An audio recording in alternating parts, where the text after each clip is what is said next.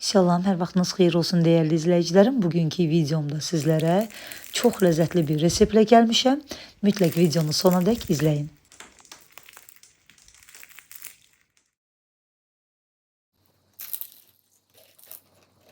İndi isə keçək hazırlamasına. Əvvəlcə xəmir yoğuraq.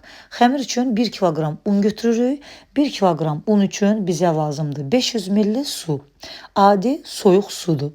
500 ml soyuq su 200 ml stəkan ölçüsü ilə 2 stəkan yarım su eləyir.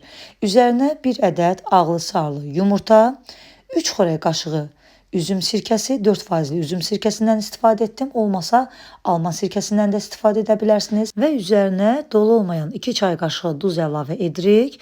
Və bu yumurtalı qarışımı yaxşı qarışdırırıq. Yaxşıca qarışdırıb tam həll etdikdən sonra duz da tam həll olsun, dibinə çöküb qalmasın.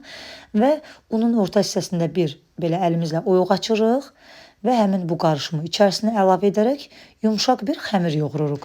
Dəyərli izləyicilərim, kim hardan videolarımızı izləyirsə, hər birinizdən çox xahiş edirəm ki, videoları izləyərkən zəhmətə dəyər verib, saniyənizi ayırıb yuxarıda gördüyünüz bəyən düyməsinə toxunaraq videolarımızı bəyənməyi unutmayın. Və əgər videoları bəyənirsinizsə, mütləq yaxınlarınızla da paylaşın. Kanalımıza hələ də abunə deyilsinizsə, mütləq abunə olun və bildirişləri açın ki, hər zaman paylaşdığım yeni videolardan sizlər də xəbərdar olasınız. Gördüyünüz kimi yumşaq bir xəmir yoğurdum və xəmirin üzərinə alt hissəsinə çox az un səpirəm və üzərin adi bir salafanla və çay dəsmalı ilə örtüb elə ev temperaturunda hardasa bir 15 dəqiqə gözlədirəm.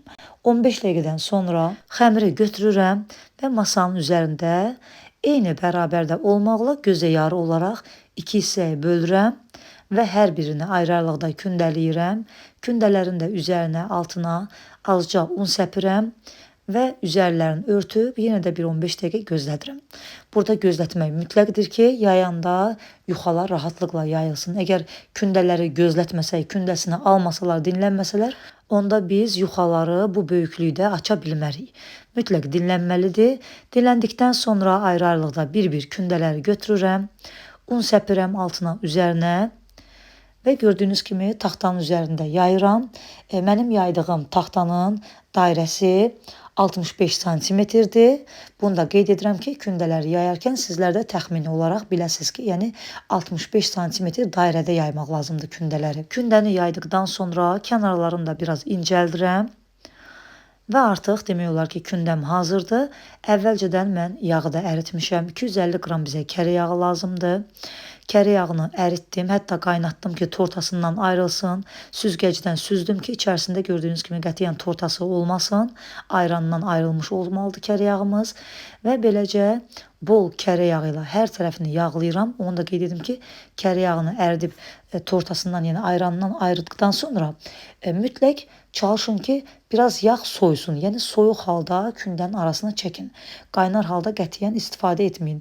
Ərinmiş yağı soyuq halda kündənin üzərinə çəkirik və bu cür zərf şəklində bükürük. Baxın, xəmiri bu cür qatladıqdan sonra bu hissə yağsız qaldığı üçün mütləq burada yağ əlavə edirik. Qeyd etdiyim kimi kərə yağını əridirsiniz, amma isti halda yox, soyuq halda istifadə edirsiniz. Baxın, burada da artıq son olaraq xəmiri üst-üstə gətiririk və zərf şəklini alır. Daha artıq qatlamayın, elə bu cürdə xəmir qalsın. Amma mən götürüb ikinci dəfə yenə də qatladım, görürsünüz, qatladım yenə. Sonradan mən artıq o qatı aça bilmədim. Ona görə siz bu səhvi etməyin, yəni daha qatlamayın, elə necə göstərdim sizə, o cürdə zərf şəklində saxlayın və bir salafan içərisinə yerləşdirdim. Soyuducunun buzluq olmayan adi gözündə gözlətdim. Onu da, yəni bu ikinci xəmir yayana qədər onu da orada gözlətdim. İkinci xəmiri də yenə eyni qayda olaraq yayıram. 65 santimetr dairədə yağlayıram. Yağladıqdan sonra yəni hər tərəfini çalışın ki, bol-bol yağlayın. Yağladıqdan sonra digər o qatladığımız xəmiri də bu xəmirin tən orta hissəsinə yerləşdirmək lazımdır. Görürsünüz, mən artıq burada xəmiri aça bilmədim, bu qatladığım xəmiri. Yəni çox qatladım da, əslində mən onu qatlamalı deyildim. Qatladım ki, soyuducudan götürdüyü də açaram, amma xəmir yapışdı bir-birinə, aça bilmədim. Ona görə də burada biraz mənə narahatçılıq törətdi xəmir. Görürsünüz, yenə də qatladım. Çünki orta hissədə olan xəmir biraz belə incəlmiş kimi oldu. Ona görə bu xəmiri də yenə belə elə qatlaya-qatlaya getdim. Siz elə enli şəkildə saxlayın və orta hissəsinə yerləşdirin. yerləşdirin. Digər xəmiri də yenə də zərf şəklində bükürsüz üzərinə, amma hansı hissəsində yenə yağ olmasla mütləq həmin hissəni yenə də yağlamaq lazımdır ki, bişərkən qatlar hamısı yağlı olmalıdır ki, qəşəng xırçıltılı alınsın. Hazırladığımız bu xəmirin alt hissəsinə yenə də un səpirik, bir salafanın içərisinə büküb, soyuducunun buzluq olan gözündə, yəni buzluğunda 30-40 dəqiqə müddətində gözlədirik və bu müddətdə də içliyi hazırlayırıq. İçlik üçün bizə lazımdır 500 qram toyuğun sinə əti. 500 qram toyuğun sinə ətini, yəni toyuğun filesini gördüyünüz kimi kartofu necə doğramışamsa çox incə və xırda şəkildə o cür doğrayırıq. Toyuğun sinə ətidir, kartofdur və soğandır. Bunları hər üçünü çox incə şəkildə xırda-xırda doğramaq lazımdır ki, xəmirin içərisində çox rahatlıqla bişsin. Duzun, istiotun əlavə edirik. Zövqə görə, ağız dadına görə başqa ədviyyatlardan da əlavə edə bilərsiniz. Yəni kim hansı ədviyyatdan istəsə əlavə olaraq içərisinə qata bilərsiniz. Yaxşı-yaxşı qarışdırırıq və içliyimiz hazırdır. Qeyd etdiyim kimi içliyə bizə lazımdır 500 qram toyuğun sinə əti, 3 ədəd orta boy kartof və 2 ədəd iri baş soğan. Əgər kiçik ölçüdə olarsa soğanlar, onda 4-5 ədəd də götürə bilərsiniz. Xəmiri bir 30-40 dəqiqə buzluqda saxladıqdan sonra götürürük altına və üzərinə un səpərək yayırıq. Sizlərə tam dəqiq aydın olsun deyə xəmiri yaydığım silikon süfrənin də eninin uzunluğunu sizlər üçün qeyd etmək istəyirəm. Uzunluğu 60 santimetrdir, eni də 42 santimetr. Xəmiri bir qədər yaydıqdan sonra hansı hissə nahamardır, o hissəni üst hissədə saxlayıram ki, yayarkən həmin hissədən, yəni o üst hissədən içliyi qoyulacaq, büküləcək, içəridə qalacaq. Hamar hissədə alt hissədə qalır. Və gördüyünüz kimi bu cür yaydıqdan sonra kənarların düzlüyü üçün xəttkeşlə biraz kənarlarını düzləşdirirəm və oxlov yardımı ilə kvadrat şəkildə kəsirəm. Mən çox iri kəsmədim, yəni kiçik ölçüdə bişirdim. Sizlər amma istəsəniz bir qədər enli də kəsə bilərsiniz, yəni iri ölçüdə də bişirə bilərsiniz. Əgər səbriniz varsa kiçik ölçüdə kəsə bilərsiniz, bir xeylim alınacaq. Mənim bu kəsdiyim ölçülərdə soba listi ilə bərabər bu reseptdən tam 3 list dolu alındı. Amma biraz iri ölçüdə də hazırlaya bilərsiniz. İri ölçüdə hazırlasanız yəqin ki 2 list dolu alınacaq. Gördüyünüz kimi kvadrat şəklində kəsdikdən sonra içlikdən dolu olmayan 1 çay qaşığı əlavə edirik. Orta hissəsinə və küncləri gətirib ortada birləşdirib, yenə bu qıraqları birləşdiririk. Qıraqlarını birləşdirdikdən sonra baxın, elə bu cür də listə yığa bilərsiniz. Yəni açılmır, fərq etməz. Və ya istəsəniz həmin baxın bu bükdüyünüz hissələri şəkərbura kimi də bükə bilərsiniz.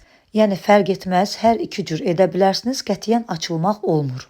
Və beləcə hamısını bu üsulla düzəldirik, bükürük və listimizə düzüb bişiririk. Çox bərəkətli bir reseptdir. Səbriniz varsa elə bu cür kiçik ölçüdə də edə bilərsiniz. Xeylim alınacaq və çox ləzzətlidir, çox dadlı alınır. Görüntüsü də çox gözəl olur. Yox, əgər səbriniz yoxdursa, onda elə iri-iri kəsərsiniz, yəni iri də bişirə bilərsiniz. Fərq etməz, dad olaraq dadı dəyişmir, çox gözəl olur. Mən bu cür daha bəyəndim. Bu kənarlarını, bu bükdüyüm hissələr ki var, sıxıb bərkidirəm xəmirin kənarlarını. Həmin hissələri də şəkərbura kimi bükəndə çox qəşəng olur görüntüsü də. Mən konveksiya rejimində bişirdim. Demək olar ki, şirniyyatlarımın, bişintilərimin çoxunu bu rejimdə bişirirəm. Çünki sobamın sırf konveksiya rejimi həqiqətən də çox gözəl bişirir. Amma sobalar müxtəlifdir. Hər kəs öz sobasının dilini bilməlidir. Mən konveksiya rejimində 160 dərəcədə 40 dəqiqə müddətində bişirdim ki, içərisində toyuq əti, kartoflar da bişsin. İnanın ki, o qədər gözəl pişmişdi ki, içərisində həm toyuq əti, həm kartof, həm soğan. Soğan ümumiyyətlə bilinmirdi içərisində. Qətiyyən hiss olunmurdu. Çox gözəl pişmişdi. Bunların 2 listini hazırladım. 1 list hələ qalıb. 2 listini bükən kimi artıq öncədən də sobamı yandırmışam. Yumurta sarısına biraz duru yağ əlavə etdim. Çəkirəm üzərlərinə və üzərinə ağ küncüt səpdim. Sobama yerləşdirdim. Bir listimi sobama yerləşdirdikdən sonra artıq ikinci listim qalıb masanın üzərində və yenə də xəmirlərim var, hələ bükülməmiş. Keçirəm üçüncü listimi hazırlamağa.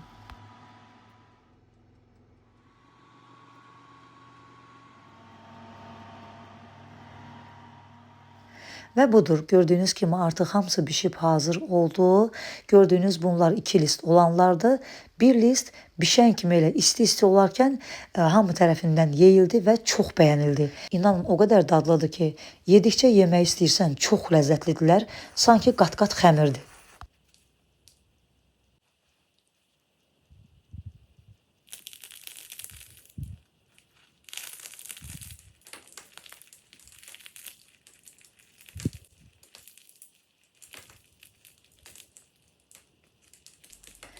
Xəmirin içərisinə baxın. Sanki qat-qat xəmirdir. Hamısı qat-qatdır.